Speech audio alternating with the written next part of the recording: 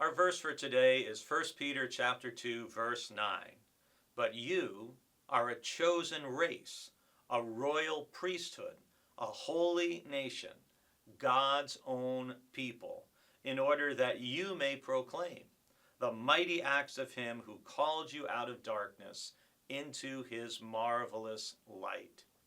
What a great verse this is. And this verse really has something to teach us, especially as Americans, who tend to be a little, if you'll forgive me, hyper-individualistic.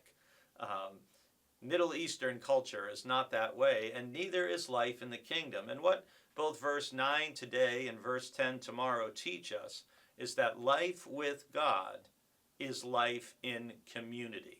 Life with God is life in community. Listen to these phrases again. It doesn't say you are a chosen person. It doesn't say you are a royal priest. It doesn't say you are holy by yourself. It doesn't say you are God's own person. It's all plural. It's all communal. You're a chosen race. You're a royal priesthood. You're a holy nation, God's own people. And why does God call us into community? Why does God call us to be these things, to be a royal priesthood, serving him and offering spiritual sacrifices, as we heard back in verse 5? Why does God call us to be a holy nation, to be people who live lives of holiness in obedience to God's teaching? Why does God call us God's own people? It's in order that we may proclaim the mighty acts of God, who called us out of darkness into his marvelous light. And again, this image is one that has echoes throughout the whole Bible, from the very beginning when God separates the light from the darkness, to the ministry of Jesus, and Jesus saying, I am the light of the world. Whoever walks in darkness, you won't do that anymore. Because Jesus is the light of the world and the light of life. And that's something we are to look around in our own lives.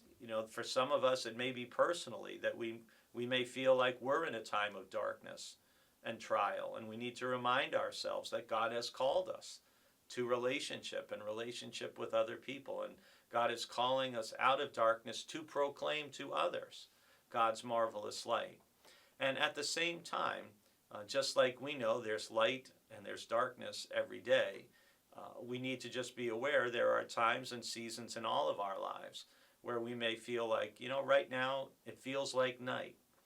St. John of the Cross talked about the dark night of the soul, those times when God seems distant or absent, and one's spiritual life doesn't feel fruitful. I don't feel like I'm hearing from God or sensing God. I feel cut off from God and God's people. But remember, as the psalm says, weeping may tarry for a night, but joy comes in the morning, that there is always hope.